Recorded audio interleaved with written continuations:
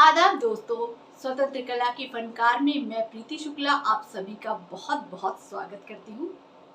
आज हम बात करेंगे अख्तरी बाई फैजाबादी की, जिन्हें लोग बेगम अख्तर के नाम से बखूबी जानते हैं। भारत की मशहूर गायिका जिन्हें दादरा, ठुमरी व गजल में महारत हासिल थी। उन्हें कला के क्षेत्र में भारत सरकार के द्वारा पहले पद्मश्री और मरणोपरांत पद्म भूषण से सम्मानित किया गया। उन्हें मल्लिकाए गजल के नाम से नवाजा गया। लोकप्रिय लेखिका शिवानी अपने खास अंदाज में उनके बारे में लिखती हैं, बालिका अख्तरी को बचपन से ही संगीत से कुछ ऐसा लगाव था कि जहां गाना होता था छुप छुप कर सुनती और नकल करती। घर वालों ने पहले तो उन्हें इसके लिए रोकना चाहा, पर भला समंदर की तरंगों को कौन रोक सकता था। यदि कोई चेष्टा भी करता तो शायद लहरों का वो सशक्त ज्वार भाटा उसे ही ले डूबता। फिल्म डेढ़ इश्किया में विशाल भारद्वाज ने बेगम अख्तर की प्रसिद्ध ठुमरी हमरी अटरिया पे का आधुनिक रिमिक्स रेखा भारद्वाज की आवाज में प्रस्तुत किया था, जिसे आप सभी ने सुना और सराहा। बेगम अख्तर का जन्म 7 अक्टूबर 1914 को उत्तर प्रदेश के एक छोटे से शहर फैजाबाद में हुआ था। उनका जन्म एक उच्च वर्गीय परिवार में हुआ था, जिसका रुझान संगीत की ओर तो नहीं था। उनका पहला सार्वजनिक प्रदर्शन 15 साल की उम्र में उन्होंने किया। उन्होंने संगीत जगत में तहलका मचा दिया। प्रसिद्ध कवित्री सरोजनी नायडू ने बिहार भूकंप पीड़ितों की सहायता के लिए आयोजित एक संगीत कार्यक्रम के दौरान उनके गायन की सराहना की थी। इससे उन्हें और अधिक उत्साह के साथ गजल गाना जारी रखने के लिए प्रोत्साहन मिला। भारत में टॉकी युग के आगमन के साथ बेगम अख्तर ने 30 के दशक में कुछ हिंदी फिल्मों में अभिनय भी किया। 1945 में बेगम अख्तर की शादी बैरिस्टर इश्तियाक अहमद अब्बासी से हो गई। हालांकि शादी के बाद अपने पति के प्रतिबंधों के कारण वो लगभग 5 सालों तक गा नहीं सकी और बाद में वो बीमार पड़ गई। संगीत को एकमात्र उपाय बताया गया। 1949 में वो रिकॉर्डिंग स्टूडियो में लौट आई। उन्होंने मंच पर अभिनय भी किया। हालांकि थिएटर के लिए आवश्यकता थी कि वो अपनी आवाज ऊंची करे ताकि आखिरी सीट तक उनकी आवाज लोग सुन सके। इससे उनकी आवाज पर बुरा असर पड़ा, इसलिए उन्हें थिएटर को छोड़ना पड़ा। बेगम अख्तर गजल गायकी की अवधारणा का लगभग पर्याय ही है। उन्होंने गायन की अपनी निश्चित शैली को अमर बना दिया, एक शैली जिसकी बराबरी बहुत कम लोग ही कर पाए। समय के साथ उनकी आवाज परिपक्व हुई, समृद्धि और गहराई उसमें शामिल होती चली गई। उन्होंने गजलें और अन्य हल्की शास्त्रीय रचनाएं की। उनके नाम लगभग 400 गाने हैं। वो ऑल इंडिया रेडियो पर नियमित कलाकार थी। वो आमतौर पर अपनी गजलें खुद ही बनाती थी और उनकी अधिकांश रचनाएं राग पर आधारित होती थी। अहमदाबाद में आयोजित अपनी आखिरी संगीत कार्यक्रम के दौरान उन्होंने अपनी आवाज की ऊंचाई बढ़ा दी थी, क्योंकि उन्हें लगा कि उस दिन उनका गायन उतना अच्छा नहीं था जितना कि वो चाहती थी। उस दिन शुरू से ही उनकी तबीयत ठीक नहीं थी। अतिरिक्त मांग और तनाव के कारण वो बीमार पड़ गई और उन्हें अस्पताल ले जाया गया। 30 अक्टूबर 1974 को गजल प्रेमियों के दिलों में एक बड़ा खालीपन छोड़कर उनका निधन हो गया। अपनी मृत्यु से ठीक 8 दिन पहले उन्होंने कैफे आजमी की गजल रिकॉर्ड की थी, सुना करो मेरी जान उनके अफसाने, सब अजनबी है यहाँ कौन किसको पहचाने। ये इसके साथ हम खत्म करते हैं आज का ये प्रोग्राम। कैसा लगा आपको हमारा ये प्रोग्राम, हमें कमेंट में जरूर बताएं। और अब सीधा चलते हैं अब्दुल कवि के पास और देखते हैं कि आज हमें वो किस नए उभरते हुए कलाकार से मिला रहे हैं। तब तक मुझे यानी प्रीति शुक्ला को इजाजत दीजिए। नमस्कार। नमस्कार, शुक्रिया प्रीति जी। प्रीति जी, आज मैं आपको एक ऐसे कलाकार से, एक ऐसे फनकार से, एक ऐसे गायक से मिलवाता हूँ जो पुराने और नए सभी तरह के गानों में रुचि रखते हैं, लेकिन उनके जो गाने का अंदाज़ है उनका अपना अंदाज़ है। मैं बात कर रहा हूँ विकास त्रिपाठी की। एक युवा गायक कह सकते हैं आप, एक युवा गायक हैं और उन्होंने क्या किया है अब तक, कहाँ कहाँ गाया है, आइए हम उन्हीं से बात करते हैं और उनके बारे में जानते हैं। बहुत बहुत स्वागत है आपका सुगम प्रभात पे। धन्यवाद। सभी दर्शकों को मेरा नमस्कार। क्या नाम है आपका? जी, मेरा नाम विकास त्रिपाठी है। या आप सबसे पहले मुझे बताएं, आपने जो गायन शुरू किया ये कब से शुरू किया? ये गायन जब मैं 5 वर्ष का था तब से गा रहा हूँ, बचपन से गा रहा हूँ। अच्छा, आप कोई गुरु है यहाँ पे, किससे आपने सीखा हुआ है? मेरे गुरु मेरे मामा जी हैं, क्योंकि मेरे मामा खानदानों से चला आ रहा है। मेरे मामा जी, मेरे नाना जी जब हारमोनियम पे गीत बजाते थे तो मैं बचपन से उनको सुनता था और मुझे बहुत ही अच्छा लगता था कि वो धुन जो निकलती थी हारमोनियम से। तो फिर धीरे धीरे मैंने भी गाने का प्रयास किया और धीरे धीरे सीखता गया और मेरे मामा जी ने मेरा सहयोग किया मुझे संगीत सिखाने में। अब तक आपने कहाँ कहाँ पे गाया है, या किसी बड़े स्टेज पे आपने गाया है अपना प्रोग्राम? मैं दूरदर्शन में सिंगिंग स्टार ऑफ यूपी में गा चुका हूँ और इंडियन आइडल में भी जा चुका हूँ। मेरा दिल्ली फाइनल तक सिलेक्शन हुआ था, लेकिन घर में कुछ समस्याओं के कारण मैं वहाँ जा ना पाया आगे। लेकिन जहाँ भी हो सकता है मैं अपना प्रयास रखता हूँ और आगे जाता हूँ, गाता हूँ। आपको क्या लगता है आजकल के जो सिंगर्स हैं, जो फास्ट म्यूजिक चल रही है, वो म्यूजिक ज़्यादा अच्छी है या जो पहले मोहम्मद रफ़ी या किशोर कुमार इस तरह की म्यूजिक ज़्यादा अच्छी हुआ करती है? देखिए, जो पुराने गीत होते थे उनका एक अपना अलग अंदाज रहता था। वो आज भले ही नए तरीकों में जो नया चल रहा है प्रोसेस, उसमें नए नए गाने बन रहे हैं, लोगों को पसंद आ रहे हैं, लेकिन जो हमारी जड़ है, जिसे हम कहते हैं कि जो संगीत की जड़ है, वो हमारे पुराने गानों से स्टार्ट हुई है। क्योंकि जो पुराने गाने हैं उनमें ज़्यादातर आपका जो राग है इन सब का प्रयोग होता था, क्लासिकल म्यूजिक चलता था, सेमी क्लासिकल म्यूजिक चलता है और वो चलता है, चलता रहेगा आगे भी। तो वो जो टच रहता है वो हमारी जड़ है संगीत की, और ये रहनी चाहिए, ये अमर रहनी चाहिए, आगे बढ़ती रहनी चाहिए। और हमारे रफ़ी साहब, ये सभी जितने भी गायक हैं बहुत ही अच्छे गायक रहे हैं और मैं इनको फॉलो करता हूँ, मैं इनकी आवाज़ को सुनता हूँ और अपने दिल में उतारता हूँ और लोगों तक अपने माध्यम से मैं गीत गाता हूँ ताकि लोग उसको महसूस करें। और किसी को अपने गीत को महसूस कराने से पहले अपने गीत को खुद मैं महसूस करता हूँ कि मैं किस तरीके से लोगों तक अपने गीत को पहुँचा सकता हूँ। ये मेरे लिए बहुत ही बड़ी उपलब्धि रहेगी कि कोई मेरे गीत को सुने और अपने दिल में उतारे, उसको महसूस करे।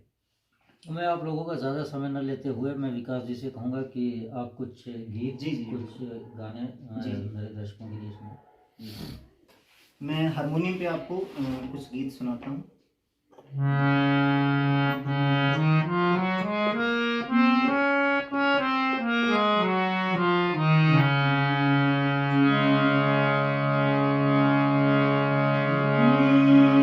ये गीत जो मैं गाऊंगा ये कैलाश खेर जी का है। इस गीत का नाम है तेरी दीवानी।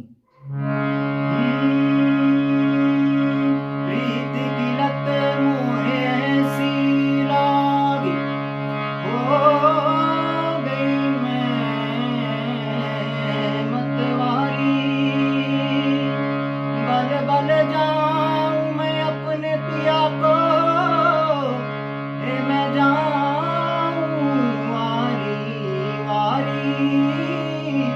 मोहे सुध बुध नाय रही तन मन की, ये तो जाने दुनिया सारी।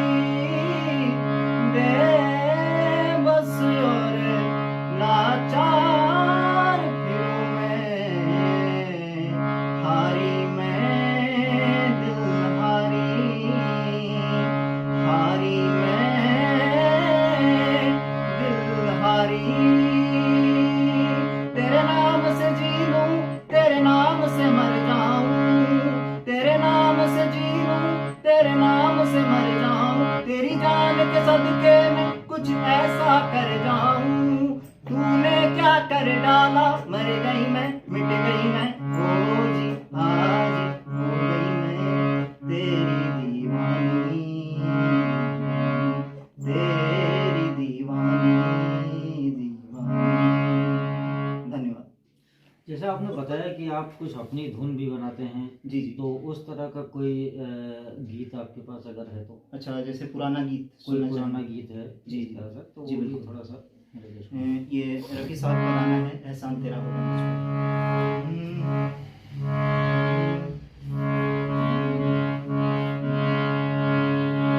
ये गीत मैं दूसरा गाना चाहूँगा मैं तुझे सांझ सवेरे। ये भी रफ़ी साहब का ही गीत है। ये अभी मुझे याद आया तो मैं इसको गाता हूँ पहले। चाहूँगा मैं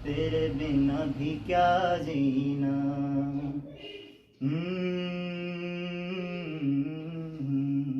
धन्यवाद। बहुत अच्छा आवाज़, बहुत अच्छा। और जहाँ तक मैं समझता हूँ कि सुर और ताल की, हालांकि जैसा मैं आपको बताता रहा हूँ कि मुझे इस बारे में कोई भी बहुत अच्छी नॉलेज नहीं है, लेकिन सुनने के बाद जो लगता है और मैं समझता हूँ, और मैं विकास जी आपको जी। बहुत बहुत शुभकामनाएं देता हूँ स्वतंत्र प्रभात की तरफ से जी, कि बहुत बहुत आने धन्यवाद। वाले समय में आप सिंगिंग की दुनिया में अपना नाम रोशन जी, करें, बहुत अपने बहुत देश का धन्यवाद। और अपने शहर का जी, नाम रोशन करें। बहुत बहुत धन्यवाद। तो ये थे विकास त्रिपाठी जी, जिनके गाने आपने सुने। और मैं, आप प्लीज़ मुझे कमेंट बॉक्स में बताएं आपको मेरा ये प्रोग्राम कैसा लगा।